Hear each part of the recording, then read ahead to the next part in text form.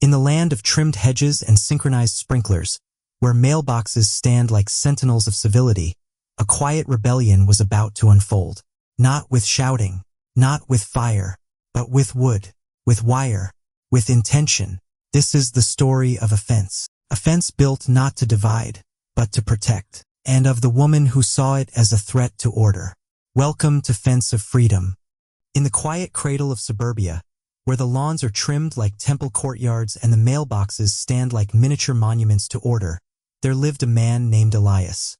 His house was not the largest nor the newest. It was a modest structure, tucked beneath the shade of two aging sycamores, their branches like outstretched arms holding secrets from the sky. Elias did not speak much.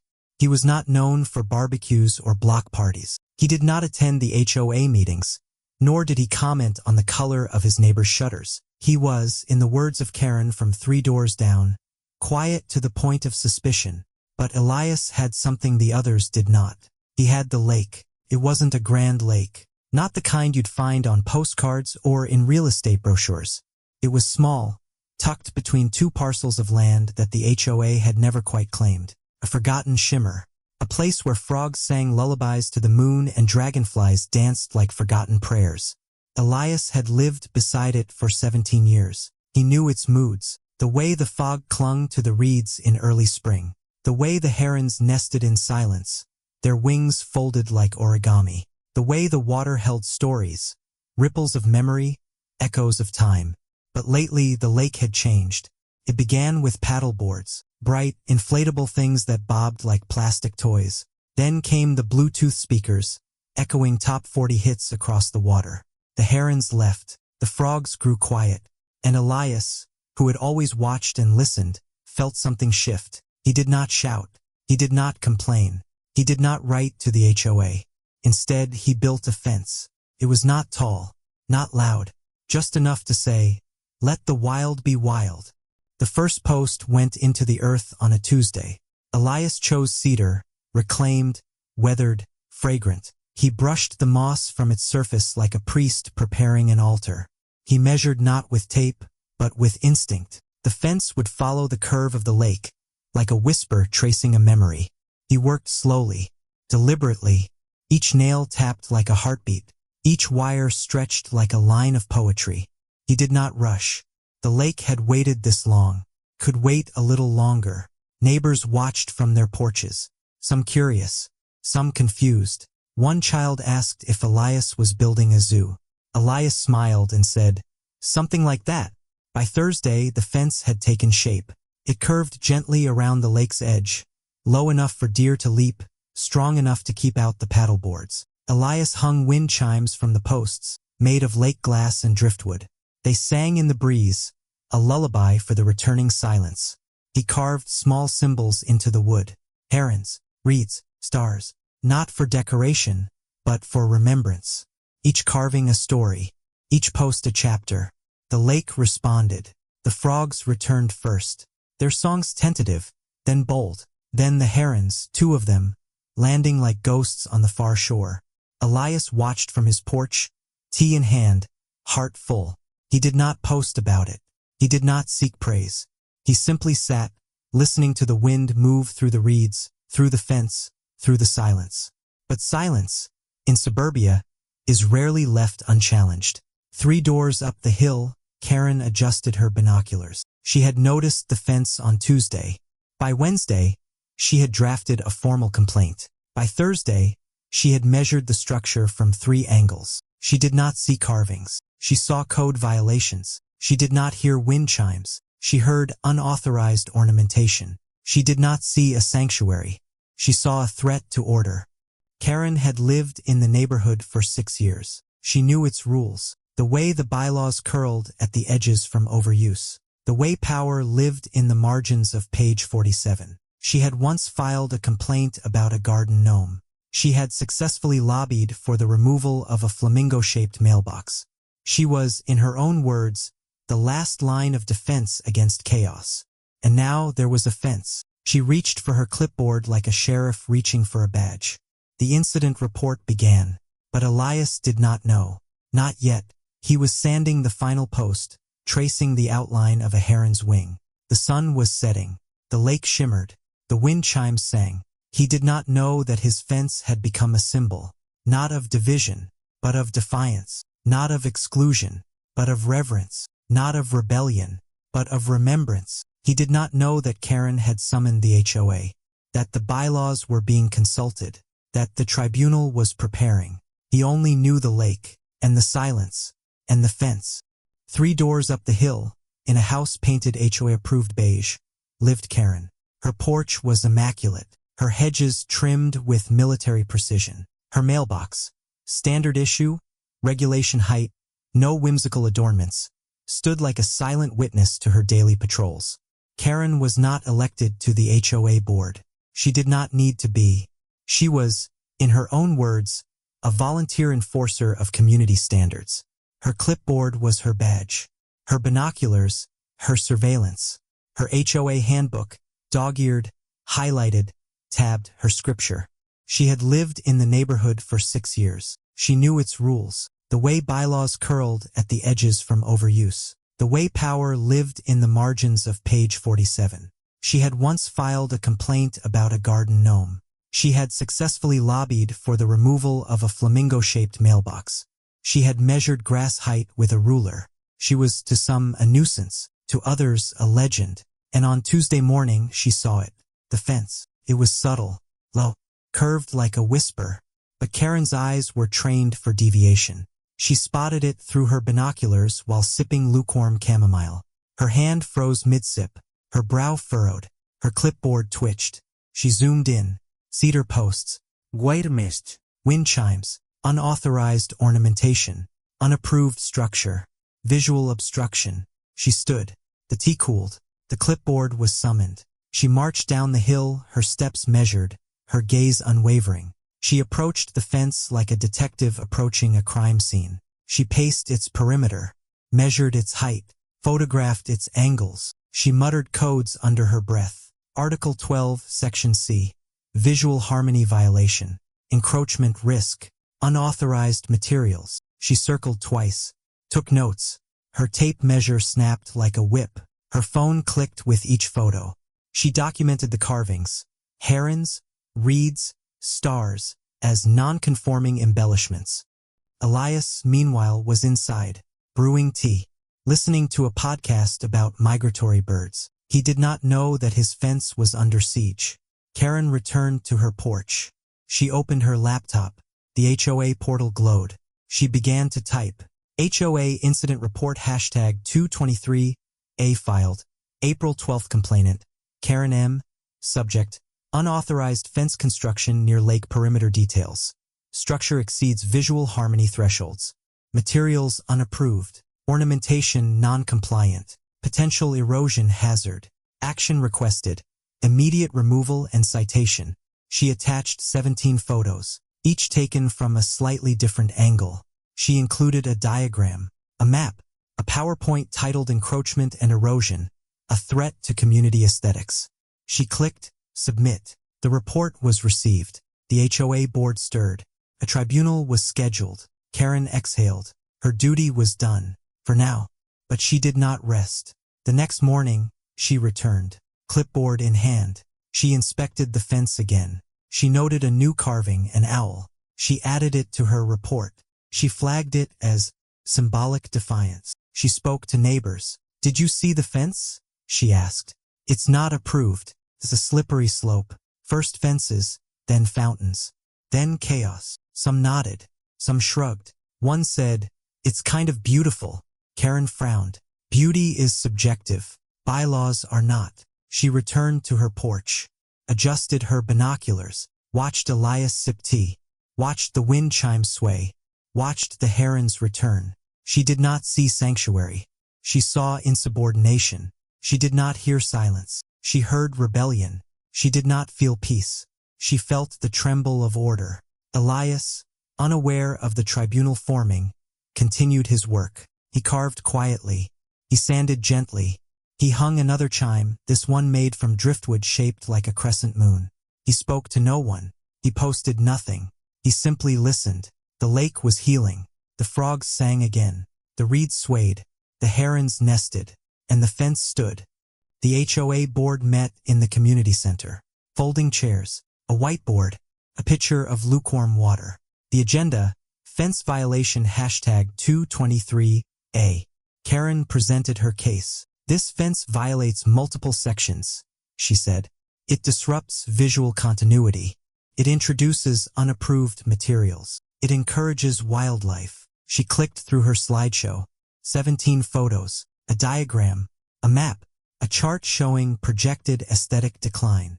Elias was invited to speak. He brought no slideshow, no diagram, no chart. He said, "It's for the birds and the quiet." The board murmured, flipped through bylaws, consulted maps.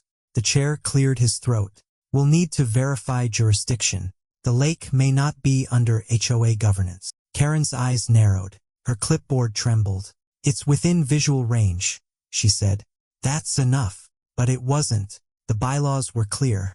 The lake was old, older than the HOA, older than Karen's clipboard. The land was private. The fence was legal. The tribunal adjourned. Karen did not speak. She returned to her porch. She adjusted her binoculars. She watched the fence. The fence stood, not tall, not loud, just enough to say, "Let the wild be wild." Karen watched, measured, documented, but the bylaws had no teeth here. The fence had become a symbol of quiet resistance, of stewardship, of the right to protect what cannot speak. And Karen, for all her codes and clipboards, could only watch. In the land of synchronized sprinklers and ornamental grasses, where order is measured in inches and harmony in hues, a fence had appeared. Not to divide, but to remember. Not to exclude, but to protect. Not to rebel, but to restore. And Karen, clipboard in hand, stood at the edge of her jurisdiction, watching the wind move through the reeds, through the fence, through the silence. In a room lit by flickering fluorescence and lined with folding chairs, the tribunal convened. 3 board members, 1 pitcher of lukewarm water, a whiteboard that read, "Fence violation #223A," and Karen, clipboard in hand, eyes sharp, PowerPoint loaded. The HOA meeting room was sacred ground for suburban order. Here, bylaws were gospel. Here, aesthetic harmony was defended like ancient scripture. Here, fences were not built, they were judged. Karen stood first. She cleared her throat with the gravity of a courtroom prosecutor. Her slideshow began. 17 photos of Elias's fence, each taken from a slightly different angle. She pointed to carvings, herons, reeds, stars. She called them ornamental excess. She cited Article 12, Section C. She warned of visual disruption, erosion risk, and wildlife encouragement. "This fence," she said, "is a threat to community cohesion." The board nodded. They flipped through their handbooks. They murmured in HOA dialect, codes, clauses, precedents. Elias was invited to speak. He brought no slideshow, no diagrams, no charts. He stood quietly. His voice was soft, his words few. "It's for the birds," he said, "and the quiet." A pause. The board looked at each other. One member sipped the lukewarm water. Another adjusted his glasses. They asked about jurisdiction. Karen stiffened. "It's within visual range," she insisted. "That's enough." But the bylaws disagreed. The lake, it turned out, was old. Older than the HOA. Older than Karen's clipboard. The land was private. The fence was legal. Elias had brought documents. Stamped, sealed, sovereign. The board reviewed them. They whispered. They sighed. The chair spoke. "We have no authority over the lake perimeter. The fence stands." Karen's jaw tightened. Her pen hovered over her clipboard. But there was nothing left to write. The tribunal adjourned. The folding chairs folded. The whiteboard was erased. The pitcher of water remained untouched. The folding chairs folded. The whiteboard was erased. The pitcher of water remained untouched. Elias walked home. The wind chimes greeted him. The herons circled overhead. Karen returned to her porch. She adjusted her binoculars. She watched the fence.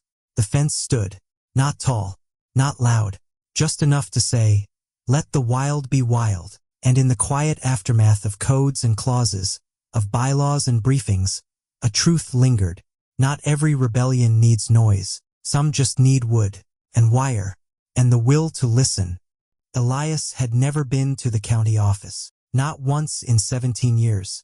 But now, with a folder tucked under his arm and the weight of Karen's clipboard pressing against his piece, he walked through its glass doors like a pilgrim seeking truth. The clerk barely looked up.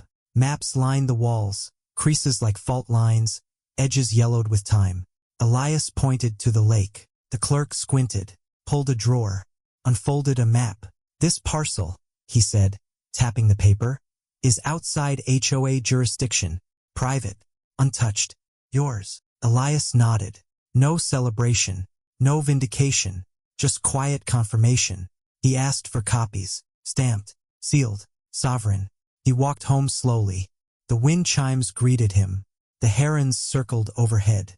Karen was waiting, not on the porch, not with binoculars, but at the next HOA meeting, clipboard in hand, incident report updated, a new section titled Symbolic Defiance Escalation. She presented again. Same slideshow, same photos, same warnings.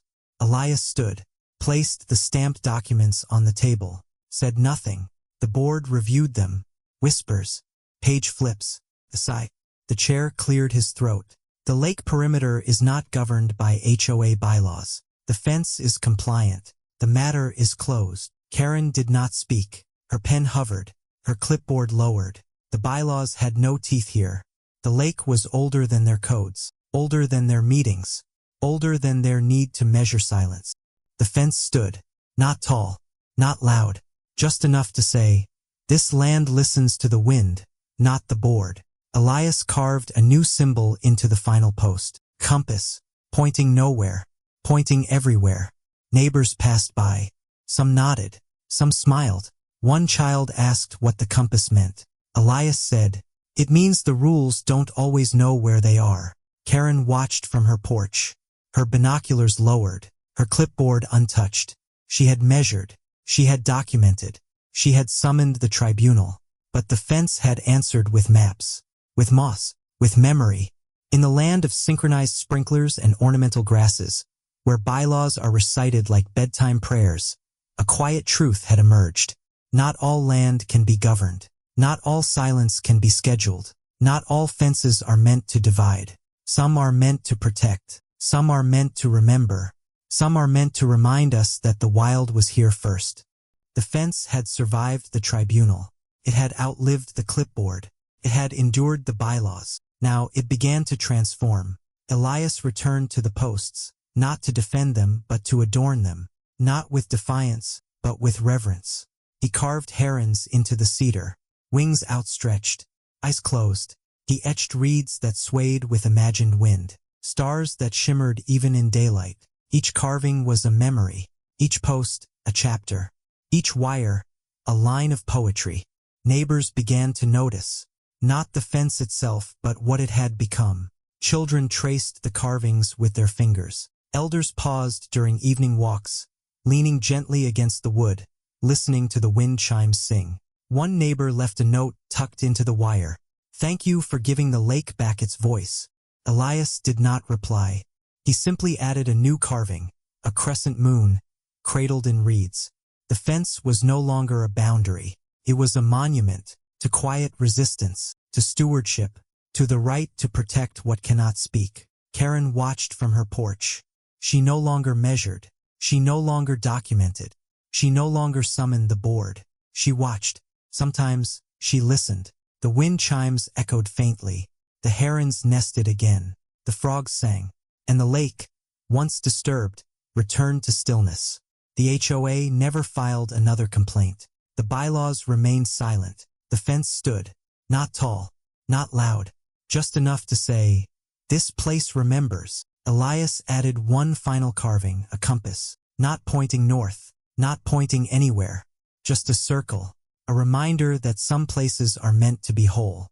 In the land of ornamental grasses and synchronized sprinklers, where silence is scheduled and beauty is regulated, a fence had become something else. Not a structure, not a violation, not a rebellion, a sanctuary, a story, a monument to the idea that peace does not need permission. The fence stood, not as a structure, not as a statement, but as a memory. It had weathered bylaws. It had outlived incident reports. It had endured the gaze of binoculars and the weight of HOA scrutiny. Now it simply existed, like the lake, like the wind, like the silence that returns when no one is measuring it. Elias sat on his porch, tea in hand, eyes on the water. The herons nested again. The frogs sang. The reeds swayed. And the fence, carved with symbols, herons, reeds, stars, compass, cast long shadows across the earth. Neighbors passed by. Some paused. Some smiled. Some left notes tucked into the wire. One read, "This fence reminds me to listen." Another, "It's the most peaceful thing in the neighborhood." Karen no longer measured. She no longer documented. She no longer summoned the board. She watched. Sometimes she listened. The wind chimes echoed faintly. The lake shimmered. The bylaws remained silent. The fence had become a monument, not to defiance, not to rebellion, but to stewardship, to the idea that some places are meant to be quiet, that some boundaries are meant to protect, not exclude, that some stories are told not with words, but with wood and wire. Elias added one final carving, a spiral, not a symbol of ending, but of continuation, a reminder that peace is not a destination. It is a rhythm, a breath, a wind that carries on. In the land of ornamental grasses and synchronized sprinklers, where silence is scheduled and beauty is regulated, a fence had become something else, a sanctuary, a story, a legacy. And as the wind moved through the reeds, through the fence, through the silence, it carried with it a truth. Not every rebellion needs noise. Some just need wood and wire and the will to say, "Let the wild be wild." Thanks for watching. Subscribe to watch our videos.